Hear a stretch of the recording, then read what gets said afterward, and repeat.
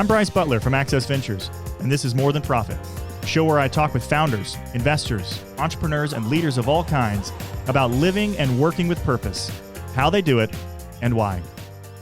Okay, so this morning on More Than Profit, I say morning because the interview's in the morning, I am sitting down with Briane Cornish, the founder and executive director of FinEquity, and I'm excited. This was personally one of my favorite submissions, just because of the large problem that you're attempting to solve. And honestly, not just the problem itself, but I didn't even realize this was a problem. And so I think even in reading your application and in talking with you through the process of the Reconstruct Challenge, I was made aware of things that I didn't even know existed. So, Briane, thank you for sitting down with me. Maybe first off, I was going to say what FinEquity does, but tell us, what does FinEquity do, and why is this a problem that a lot of times people don't even know is out there that people face? Yeah. Thank you so much for having me. FinEquity was really created to address the financial tolls of justice impacted community members, and what that specifically looks like is we currently focus on those who are coming home, and they're going to go through financial barriers that they need support with. And one of the ones that we're focused on now is that a big portion of people coming home are actually credit invisible, haven't been able to establish credit profiles because they've been absent. And they will run into credit checks, all these blocks that are really important to things such as housing, employment, utilities plans, all these things. We want to make it easier and streamline access to those services because they make sure that people who are coming home can stay home. So that's our focus now, but I think our larger vision is that we do believe that there are a lot of unaddressed, unacknowledged financial hurdles that exist primarily and are even bigger as a result of the United States' focus on mass incarceration, and that there are those collateral consequences that people will usually talk about, but we're starting to learn a lot more about the ones that are financial. How does incarceration impact people's earning wages over time? How does it impact their ability to access financial services? We're starting to have more conversations around that, and so we're just glad to be a part of that conversation. That's cool. Well, I think, so unpacking that a little bit, you talked about the credit score and that justice-impacted persons don't have a credit score when they leave the system oftentimes. And that was the thing that was the most oh, of course, that makes sense, totally, because you build a credit score by having credit, using credit, spending, paying back. And I was like, wow, that's totally true. I mean, if someone is in the system for 5 years, 10 years, 15 years, that's a long period of time to not have a credit history. And then you start to go down the list of things that require credit. You go and you apply for an apartment. Yep. Well, they do a credit check. Yeah. You go to buy a car, credit check. Mm-hmm. And all of a sudden, a segment of our population that is needing to reintegrate in a way that's positive so that they don't become one of the statistics on recidivism, which is high. You can say, oh my gosh, this is unbelievable how this is a part of that pipeline that we see oftentimes where people are constantly in our justice system. I was blown away by that. I mean, there's all of the issues with the credit score itself. We've talked about that on previous episodes of our podcast, just like what all goes into the credit score and how that has its own problems in our financial system. But just not even to have that. Holy cow, that was the thing that shocked me the most. And I was like, how simple. So where does FinEquity fit in addressing that today? Yeah. What are you focused on? Yeah, so we found out about this problem through focus groups. We were doing focus groups with justice impacted community members, people who had come home, especially those in the shelter system. And that's not to say that everyone who was was stuck in the shelter system was due to credit. A lot of times it's due to housing availability and the affordability, all those things. But we had someone who had won a lottery for affordable housing, was going to leave the shelter after being there for 18 months, and couldn't pass the credit check because they had no credit. Because, like you said, credit is one of those complicated things where you kind of have to have credit, actually access credit to then be able to have more credit, and then it's just crazy. It's a catch-22. And so we started looking further into that and found out that it was something that happens to people who are incarcerated, but also something that happens to new Americans who come to the United States, who, again, have nothing to really leverage because they haven't been here. And so we sought to kind of think about, okay, well, do we want to create our own solution to this, or do we want to just get a good understanding of like leveraging others who have done maybe unique solutions and then make it make sense for our community, the community we serve?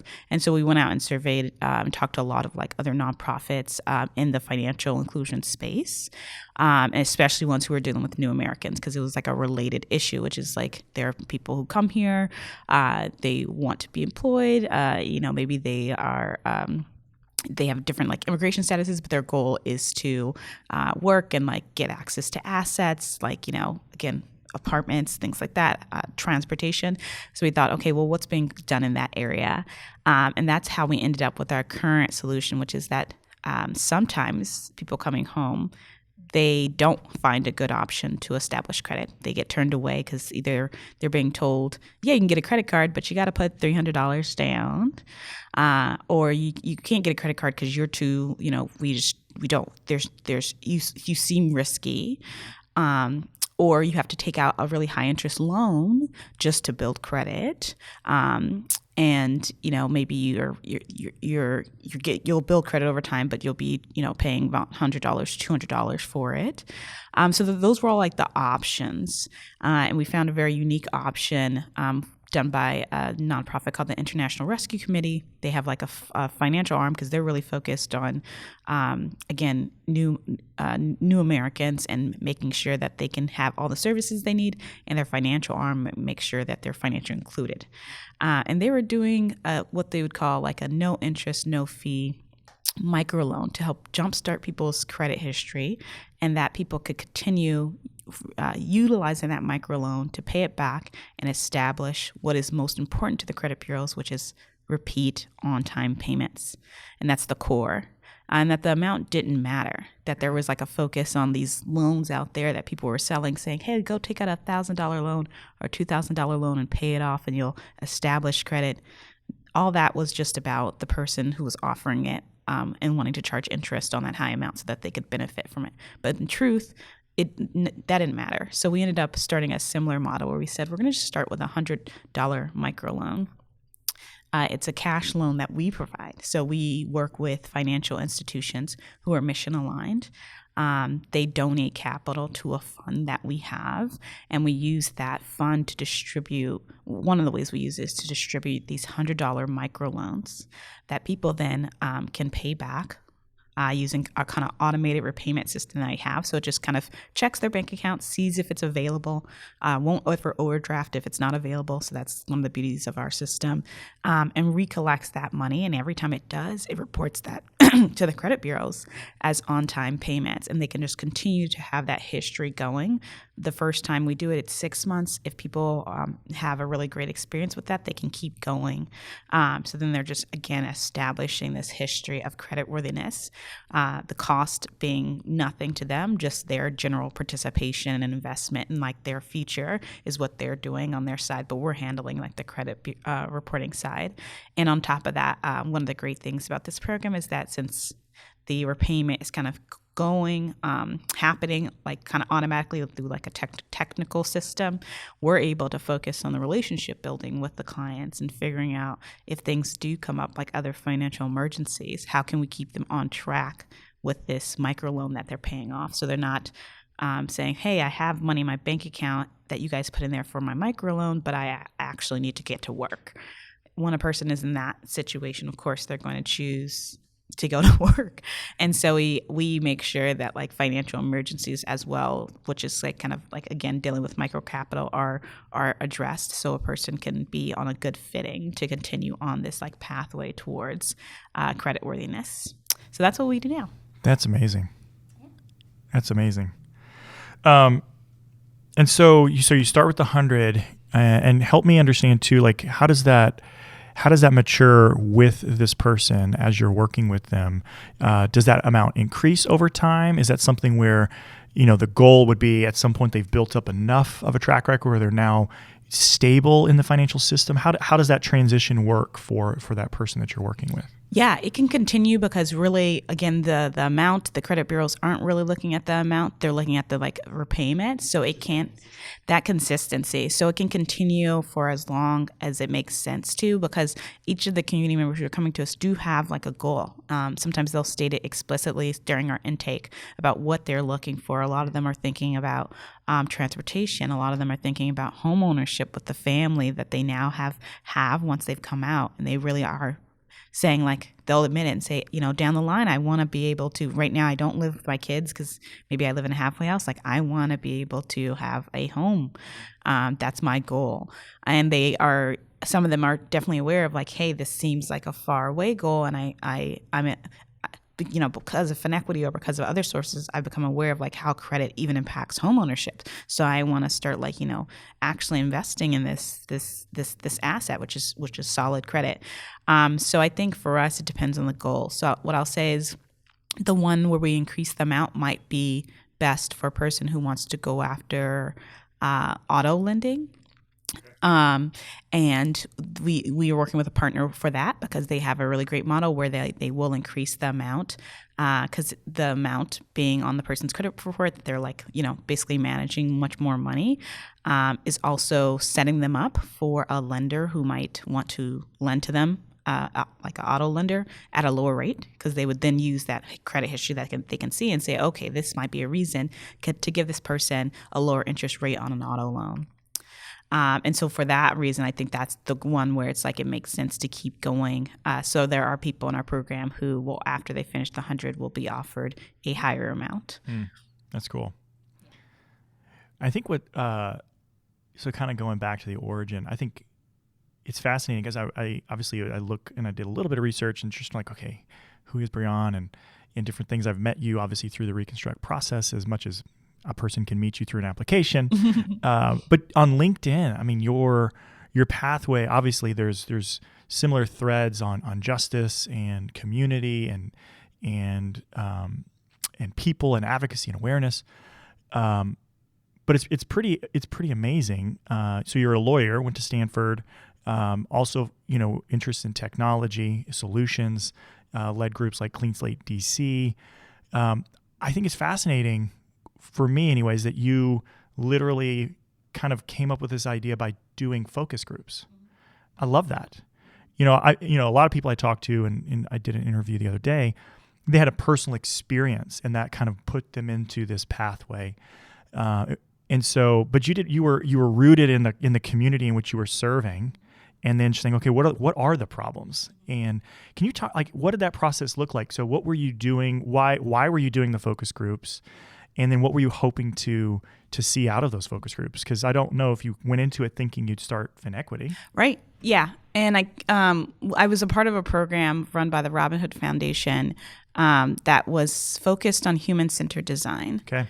I had learned about human-centered design when I was in law school, and it resonated with me because one thing my LinkedIn doesn't show is that I grew up in the shelter system and kind of experienced different aspects of most of the systems, the government systems that exist, whether it be any kind of food stamps program. Basically, most programs, I'm personally aware of them. And one of the things I hated even as a child was that these policies and programs seemed to be designed by people who didn't understand what it felt like to go through it. Whether it was just even food stamps, where you have to kind of certify that you still need food stamps. And then they if you don't, because they didn't get it or they sent it to the wrong place, they turn it off. Or, same thing with the lights, they turn it off. They don't really understand what that feels like. And then what might be wrong about the process to why people aren't recertifying. It's not like they no longer need food. There's usually other things going on, or maybe some kind of delivery issue where people have housing insecurity, so they're not actually getting the mail. And so I from a really young age was just it's really important that whatever you create is created with people who actually experience it, because you're not going to be able to tap into and design for them because you can't really understand that perspective. You're going to be missing things. So if you're not talking to them, you're just going to be missing things. So I've been like that for years. And I think human-centered design just came in and said, and really validated that and said, like, when we design things, we put the person who we're designing for at the center. We try to watch out for the fact that we might have biases that are relevant to like what we've experienced. And if we haven't personally experienced this issue, we're biased or blind to things. And I love that. And so I was teaching at the time. I was actually but I was supposed to be on a path towards being a law professor, and I was doing that for a bit, and I came across this program at the Robin Hood Foundation, which is like, spend a summer with us. We're going to do human-centered design. You're going to talk with community members and work with community members to create solutions to problems that currently exist, and you should come in not with a particular vision. Because it's possible that vision is kind of impacted by your own personal experience. It might have biases. So if I would have came in and been like, hey, we're going to create some kind of like, legal procedure, something like that, that's going to help people, like, it would have just been heavily biased by my own personal experience. And I love that they told people to come in with no particular idea, that the goal was to like listen, find solutions, and if you like want to propose solutions, then vet them with the community, and just have this idea of like stakeholders are at every point pushing you along to say either we agree with this, or we're just not sure why you're doing that. And I love that. And so I was involved in that program. Definitely, again, did not have an understanding that I would launch Finequity. I ended up with being in a group that was all just like people who were justice reform minded. We all ended up partnering together. So that was the thing that united us. We came from different backgrounds, but everyone was like, actually, one of the things about me is that even before this, like, I care about the justice system because I think it has like racial and economic implications that impact my community, or if I'm not directly impacted, I see it and I really think it's a problem. And so that's what united our team. And so the focus was, hey, let's just put together focus groups, use all of our, relations that we had with community organizations. So each of us knew other organizations who worked with justice impacted folks. And we're like, let's go put together focus groups, start to hear what's going on. And it wasn't even focused on finances. It was really broad at the time. So we heard many stories around kind of medical issues, things like that. And we ended up zeroing in on the financial aspects. One, it was the most surprising. And two, it didn't seem like there was it seemed like when people told us there were already financial solutions, with the focus groups, we were like, well, there's some reason why it's not a solution for them. Like, it's not reaching them. It's not seeming like a solution that they actually would want. It's not adequate enough. And so that's what ended up with how we started Finequity, was through that process. That's great. Well, and I love two parts of that. One, we hear it all the time. There's solutions for that. And what happens is, like, there may be one solution, but then there's still these gaps. Yeah. And the gaps actually could be massive chasms that individuals have to kind of navigate across. And there's still yet another solution that could help that individual. It could be, small business lending or access to credit or capital that have a lot of implications. And so I love that you didn't, number one, when somebody said, there's solutions, just take that and, okay, great, we don't need to worry about that.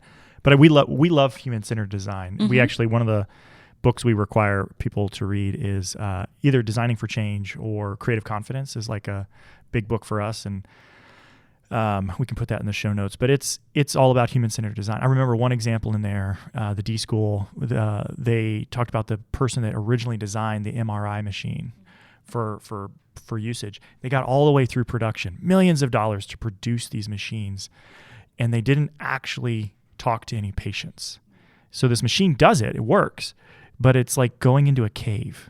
And so if you've ever been in an MRI machine, it's just like, it's terrifying. And so imagine using that on children. So now they had to come up with this whole way to create an experience for young people to use this machine they'd already spent millions of dollars to produce, instead of at the beginning designing that. So it was one of those examples of like, man, what if we had started with, hey, we have a product, an idea.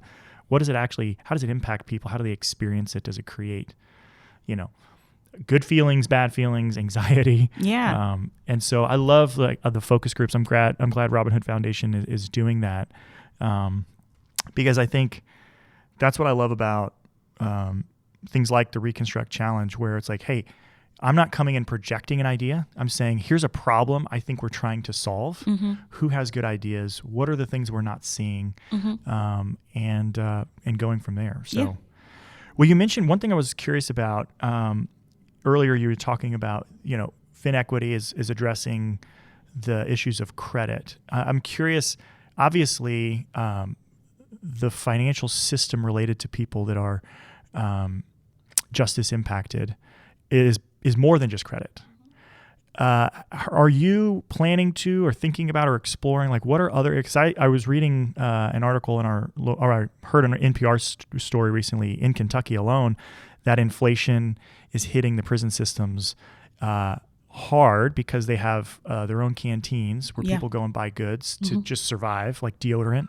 So deodorant that I might pay $1.25 for at a Kroger costs $4.50 inside the prison system. And there's no other choice. It's not like they're shopping around. There's a monopoly system there. Right, yeah. And then when they might work and get paid, whatever type of work program there might be, they're getting 30, 50, 75 cents an hour. Mm-hmm.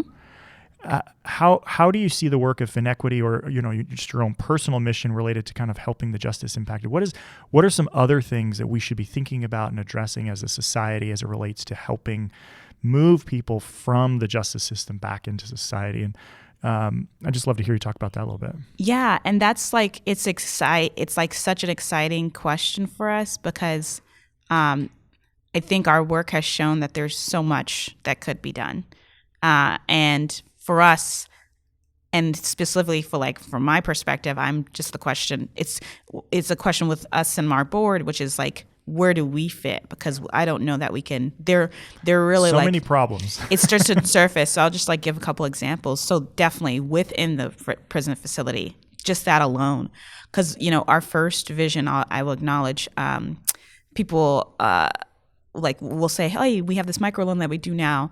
And one thing that I didn't specify is that it's for people who are coming home, because our original vision is that we wanted to lend to people who were incarcerated. We wanted to start really early, start pairing in prison at financial literacy and knowledge around predatory actors with microloans that can help people establish credit before they got out.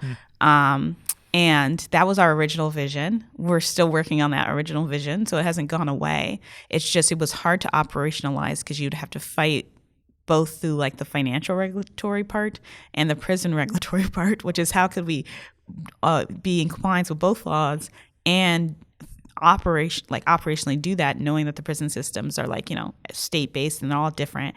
And so we're still on that lane, but we decided we wanted to start with people who were outside and establish, and then start working our way inside. And so we offer the in-prison literacy now in New York State as one kind of piece to that, because we've been wanting to go in earlier, because it really does have an impact to start people. Just our current reentry system in most states, the best they do is to say they start people preparing for outside a year before. A lot of them say that on policy. But what that looks like is not really supporting people, because a lot of people are getting resources inside that is information that once they get out is no longer relevant, or they need actually more time to even get documents. So there's a lot of opportunity even while people are inside. And so like you said, one example is that people are managing their finances while they're inside. They have to. They are budgeting. They get slips that detail their monthly expenses, how much they have in their account. Some of them are working, actually have savings. We have many people who come out and tell us, yeah, I came out and I had to transfer the prison money I had made onto a card, and because the card that I was provided was a predatory card that was marketed to me once I left, some of that I lost a portion of that coming out, but I used that for my first, maybe I used it to get my first secured card, or I used it to get back and forth to my first employment. In that journey alone, there's just a number of potential interventions that could help people, for example, start maximizing those savings, right? Start, if they're already doing it, again, starting with people what they're already doing and maximizing like what they're doing. So there's like a savings element there. There's like a again, an opportunity to establish like credit and like, or at least opportunity to establish some kind of reputation of this person is paying. For example, they pay off their if they owe debt to the canteen, they pay that off. So there's that, and people are sometimes also paying bills while they're incarcerated. So there's a lot, and I think for us, we're trying to listen, and that's where we're going to head next. And so the way that we're doing that, instead of like, I can strategize and I can look at the market and I can like because I've been in touch with the for-profit fintech side, right? So we keep up with them to understand like where they're moving, where the technology is moving, what's possible. I like to keep up with them because I never want anybody to tell me an idea is not feasibly possible, because I could just turn to the private sector and say it is. They built that for their community because they wanted them to be able to maximize their savings or be able to invest or do all these things. So if it's possible over there, then that means it's possible over here. So that's kind of like why I keep up with them. But for us, and that type of analysis would never help Finequity decide what it's going to do. We want to have talked to the people who are actually like our community members. And so what we're doing is building out our kind of stakeholders, right? So for example, one of our like pending stakeholders is, if for anyone who follows the justice system, there's a prison in Connecticut called the True Unit. It was sponsored by the Vera Institute. It's the first prison that actually the program decisions are made by the people who are incarcerated. And people who are incarcerated make a lot of decisions around what's programming there, and a lot of like basically policies. And it was an attempt, like a pilot, to attempt like what would happen when you gave more agency to the people who were currently inside the facility and what would happen after that. So we're in talks with them to think about, okay, what might be a unique financial solution that Finequity can bring to the table in partnership with them. So that's how we're kind of like pushing out our vision. We want to. There's too many things possible now. There's too many problems that have like now we've become aware of that people weren't like uneven understanding like from the incarcerated experience to release. There's like just like too many points, and so we really want to be like, okay, where's the place we should go? And we're going to listen to people to be like, hey, if they say you should come here and work on this and bring your kind of expertise that you guys have to this problem, that's what we're going to do next. The last thing I'll say about that is, to me, it's been, I've been really listening a lot to the concerns around debt, which is one of the hardest issues. But it's really damaging. So we're thinking about how that's where we're kind of starting to dip our toe. As we're talking to partners, we're also dipping our toe to see and hear what are the unique ways that the debt can be addressed. Because you have this more complicated debt story from the criminal justice system, which is like, yes, they have a student loan just like I have a student loan. I also suffer from having a student loan, and having to deal with like the interest of that student loan. Luckily for right now, we're in a good space of pause, but I have that. So they've got that. They've got that student loan. But in addition, they've got debt that is criminal justice specific, where it's like, we have one client who has $40,000 in child support debt just because he's been away. It's been accruing, and it was due, all of it due upon release. And the consequence of him not being able to pay that $40,000 upon release was that they would seize and freeze any kind of a financial instrument he had, even the $100 he had in his bank account that he had saved up upon his release. And it's still frozen to this day. He's been out for more than 9 months, and it's still frozen to this day. So it's like that type of debt operates different from my student loan debt. My student loan debt won't freeze all my bank accounts if I don't pay it off. Like, it's so much more vicious. And I think that justice-impacted people are dealing with more vicious debt collectors than non-impacted people are. And so we're trying to see if we can join that space. What is the solution? What are the options there? And, could Finequity bring something interesting to the table? But that's still an open question. Yeah. Well, and again, I think it goes back to that human-centered approach. And in working with justice-impacted populations, you have to first see them as a human. Mm-hmm. And I think that's oftentimes we dehumanize people that have been a part of the justice system, even beyond the point where they've potentially served their time and paid their quote unquote debt as it relates to incarceration. We still, as a society, put on their shoulders like, well, you deserve it. Like, that's not a big deal. Or like, so what? And it's just, at what point does that stop?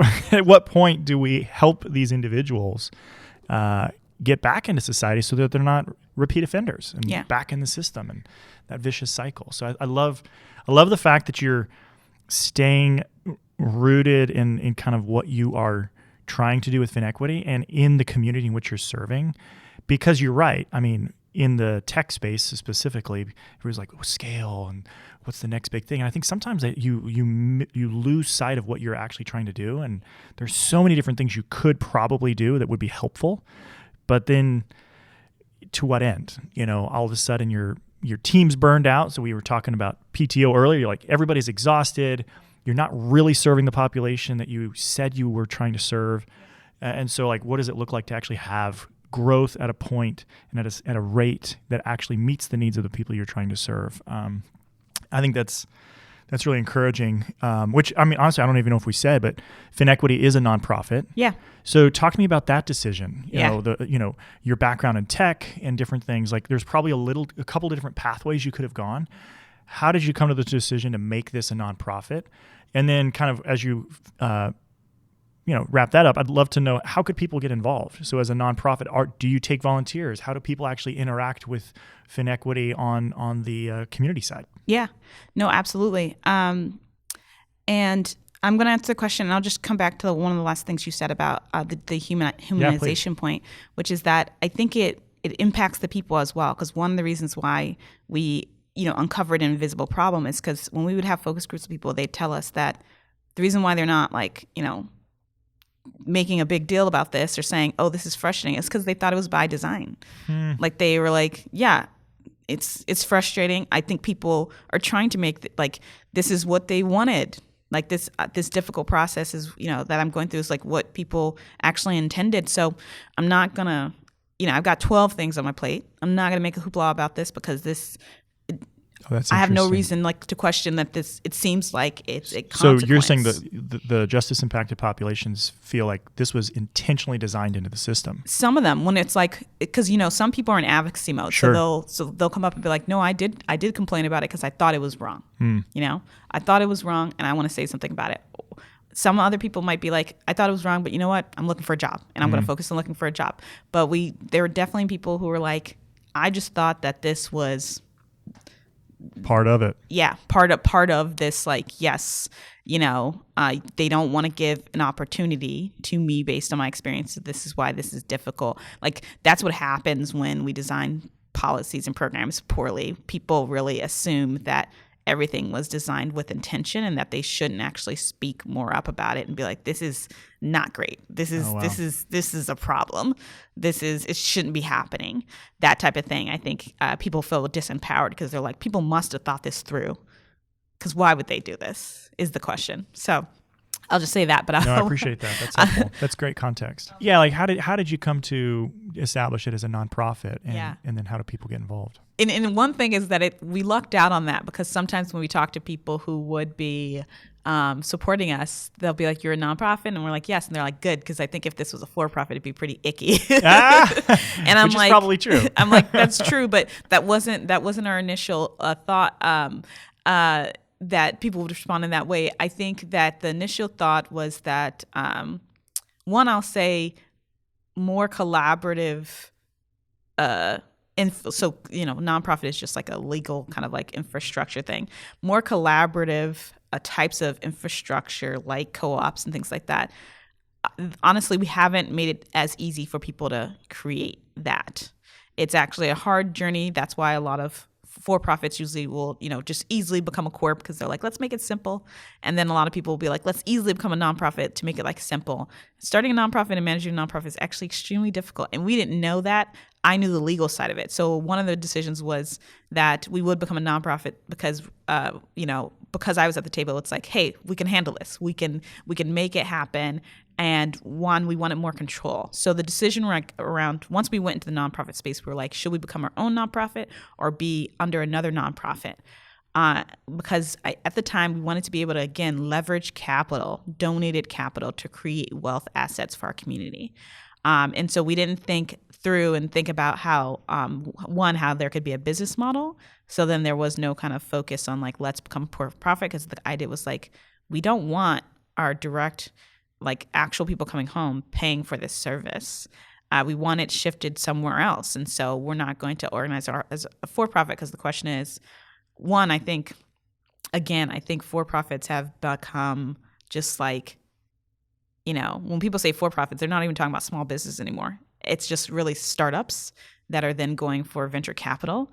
And you have to be able to convince those venture capitalists that you're going to make return off of that money. And the question is, where is that money coming from? And for us, we were like, we can be honest and say justice-impacted people come from all different economic backgrounds. So some of them coming out can't afford to pay for services. But there are some who, like I said, like a client that was living in the shelter, he was working, but we wouldn't want to put that pressure on him, And so the question was like, how can we take the cost and shift it somewhere else? And so we started with nonprofits just because we were like, okay, we want to think strategically about who is paying for what. And because we feel like we're, thinking about this, the justice side of this, one element I didn't speak about is that we come at this from saying, yes, we all cared about the justice system, but we think that the prison system plays a big role in the racial wealth divide. And so by saying we're going to pull in donated capital from, financial institutions and other places, we feel like it's saying this capital should be used and brought from somewhere else to help these community members, because this prison system is kind of expanding the racial wealth divide. So let's do some corrective methods to push capital over. So that's one reason. The reason why we became a nonprofit, an independent nonprofit, is because we were doing financial stuff, and operating under another nonprofit didn't give us the control we needed to actually control and have a lot of flexibility on how we could use the funds.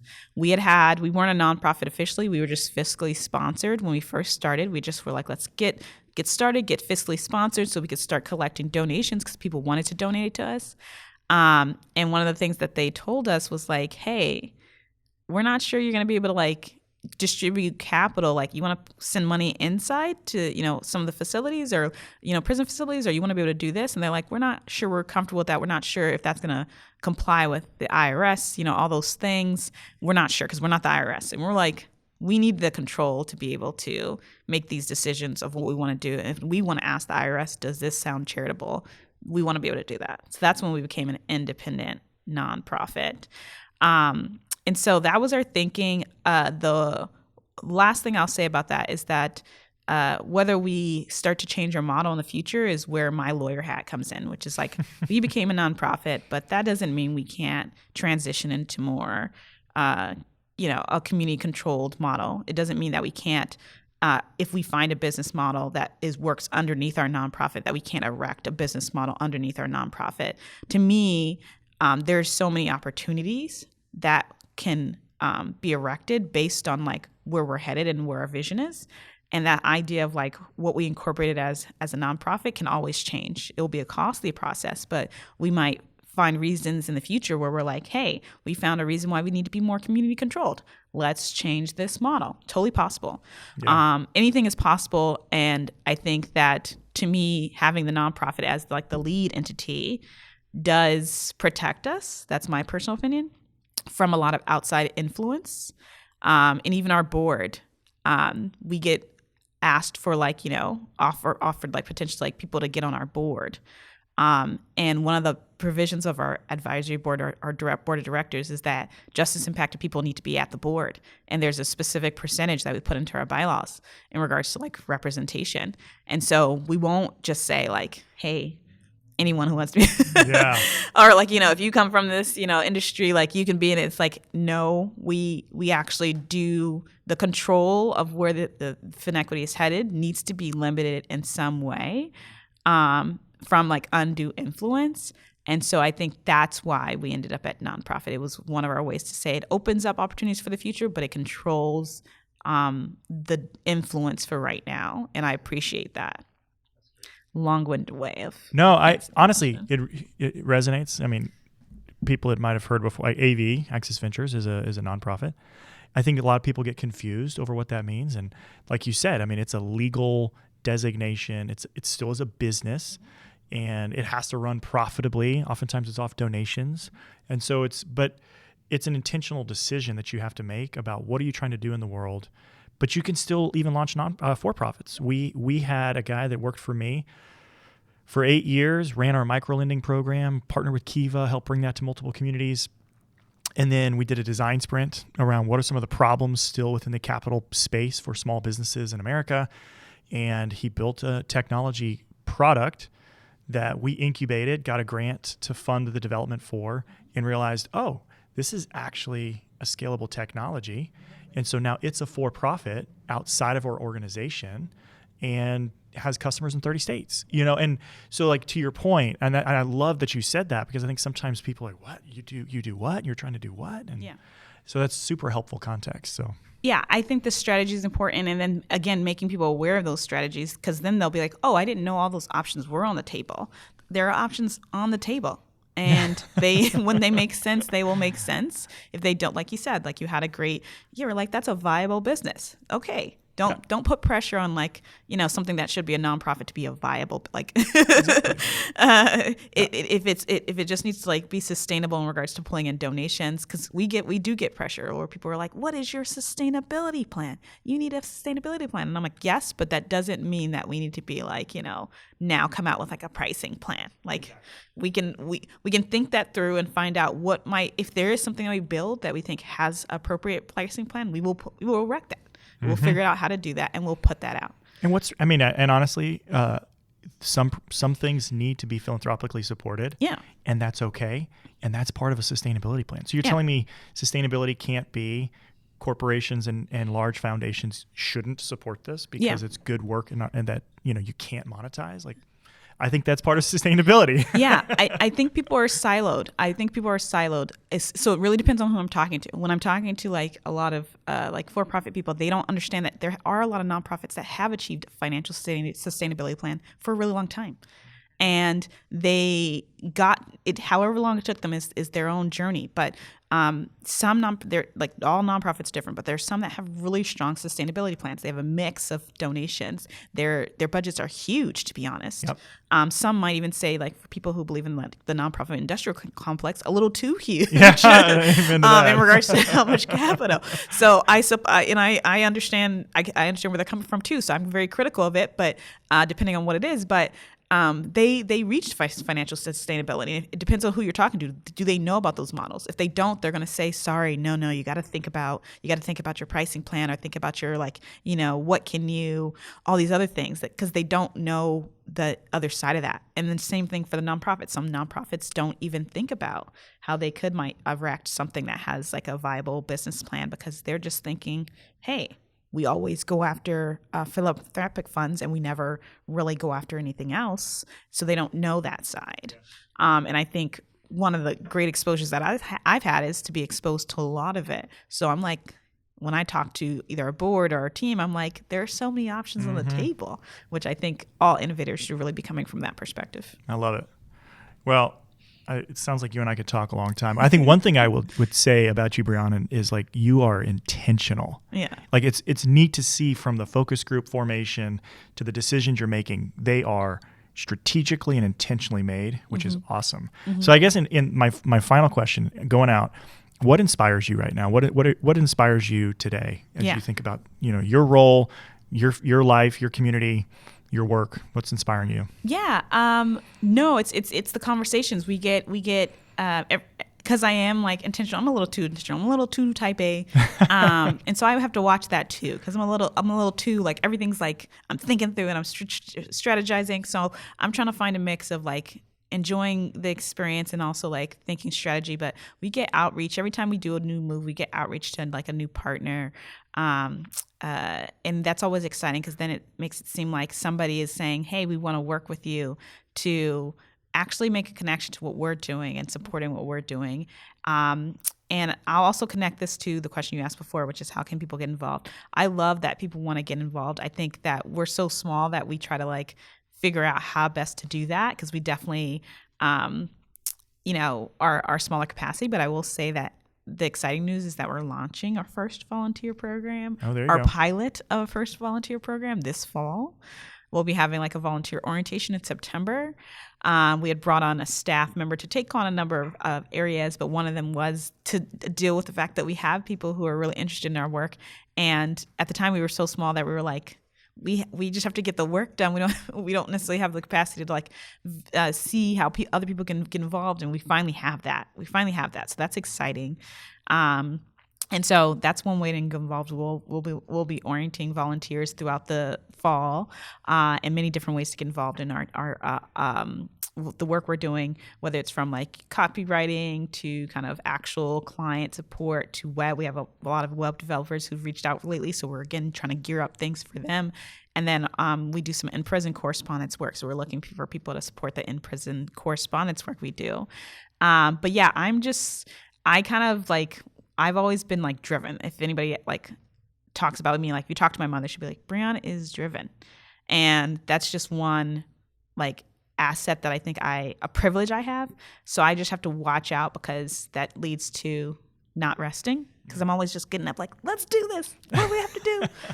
And I need to take a step back and be like, actually, can you take a beat, or can you actually take a walk, or can you rest? Because you actually don't need to like rush or strategize right now. You can just like be.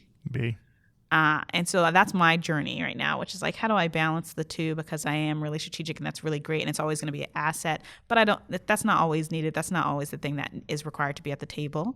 So like finding ways to like plug in and then like trust that other people can bring a different approach that's not that. And so I'm inspired by my own like personal journey around. Well, I'm glad your mom's inspiring you to do that too. I'm hoping your board is encouraging that as well, because yes, we need you to do this work for the long haul. Yeah. Not burn out. So, yeah. Well, thanks for your time. And I'm sure also people can get involved through financially supporting the work that you're doing as Absolutely. well. So as a nonprofit, I'm sure if people want to get involved, that's always a great way to do it as well. Yes. Thanks for your time. Thank you.